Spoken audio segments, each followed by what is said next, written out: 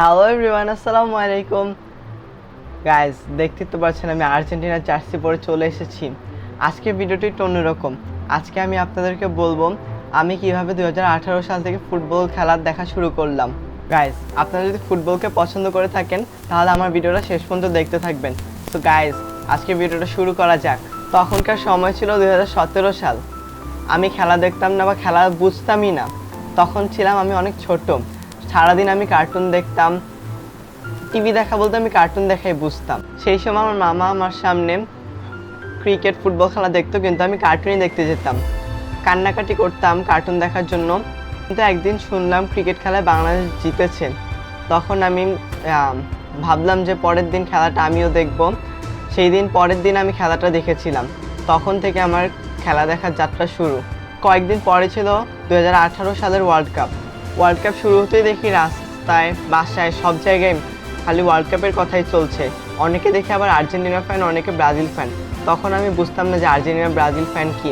আমার মেসিকে খুব ভালো লাগতো, তাই তখন থেকে আমি আর্জেন্টিনা সাপোর্ট করা শুরু করি। মানুষের মুখে বিশ্বকাপের অনেক কথা শুনে আমি অনেক এক্সাইটেড হয়ে গিয়েছিলাম যে বিশ্বকাপ খেলা দেখব, এটা কীরকম। তারপর 2018 সালে খেলা শুরু হয়ে যায়। তখন বিশ্বকাপের আগ দিয়ে আমি একটা আর্জেন্টিনা জার্সি আর আর্জেন্টিনার একটা পতাকা কিনলাম। সারাদিন আমি সেগুলো নিয়েই ঘুরতাম। অনেক খুশি ছিলাম যে বিশ্বকাপ শুরু হচ্ছে। তারপর আর শুরু হলো খেলা। প্রথম ম্যাচে আর্জেন্টিনা আইসল্যান্ডের সাথে ড্র করলো। সেকেন্ড ম্যাচে ক্রোয়েশিয়ার সাথে 3-0 গোলে হেরেছে। এর পরের ম্যাচে নাইজেরিয়ার সাথে 2-1 গোলে জিতেছে। সেই ম্যাচে মেসির গোল দেখে আমি পাগল হয়ে গিয়েছিলাম। সেই থেকে আজ পর্যন্ত এখনও আমি মেসি ভক্ত। পরেই রাউন্ড অফ 16-এ উঠে গিয়েছিল আর্জেন্টিনা। ফ্রান্সের সাথে খেলা ছিল। ফ্রান্স প্রথম 1 গোল দিয়েছিল। তখন ভেবেছিলাম আর্জেন্টিনা হেরে যাবে। এরপরেই যখন আর্জেন্টিনা পরপর 2টা গোল দিয়েছে, ভাবলাম আর্জেন্টিনাই জিতবে। কিন্তু এমবাপ্পের ভালো খেলার জন্য আর পুরো ফ্রান্স টিমই ভালো খেলেছিল। তারপর আর আর্জেন্টিনা পারেনি। সেই ম্যাচের পর আমি অনেক কেঁদেছিলাম। সবাই আমাকে সান্ত্বনা দিয়েছিল যে পরের বার আর্জেন্টিনা জিতবে, কিন্তু আর্জেন্টিনার খেলা দেখে মনে হচ্ছিল না পরের বার জিতবে। এভাবেই আমার শুরু হয় 2018 সাল থেকে খেলা দেখার যাত্রা। পরে আরও 4 বছর পর 2022 সালে, তখন আমি খেলার সব কিছুই বুঝি। তখন আরও অনেক বড় হয়েছিলাম। 22 সালে অনেক খুশি হয়েছিলাম যে এবছর আর্জেন্টিনা আবার খেলবে, আবার ভালো খেলবে। তারপর শুরু হলো প্রথম ম্যাচে আর্জেন্টিনা 1-0 গোলে এগিয়েছিল সৌদি আরবের কাছে।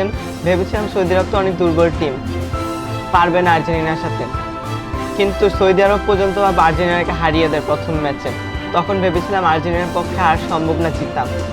কিন্তু আর্জেন্টিনা, মেসি যা খেলেছে তা বলে বোঝানোর মতো না। মেসি কেন, পুরো আর্জেন্টিনার টিমই অনেক ভালো খেলেছে।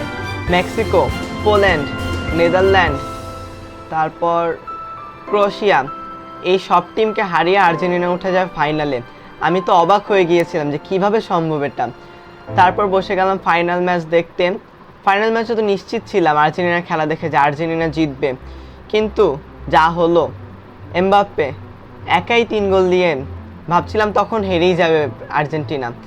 যাক, অনেক কষ্ট করে পেনাল্টিতে গিয়েছে মার্টিনেজের কারণে। সে ফাইনাল ম্যাচে খুব ভালো খেলেছে।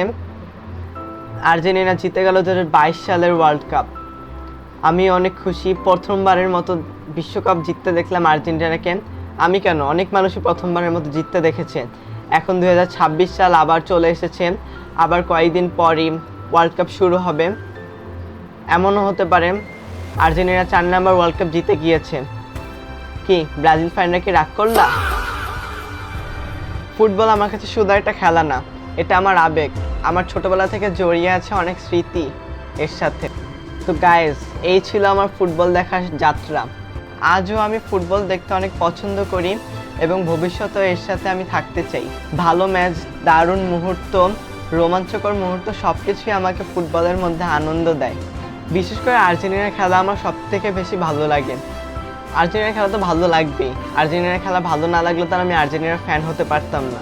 প্রত্যেক মানুষের জীবনে একটা স্মরণীয় ঘটনা থাকে। আমার জীবনেও স্মরণীয় ঘটনা হচ্ছে 2022 সালের বিশ্বকাপ। আপনারা কোন দল সাপোর্ট করেন আর কবে থেকে খেলা দেখা শুরু করেছেন এটা বলতে কিন্তু ভুলবেন না কমেন্টে। আর ভিডিওটা ভালো লাগলে অবশ্যই লাইক, কমেন্ট, শেয়ার করে দিবেন। আসসালামু আলাইকুম।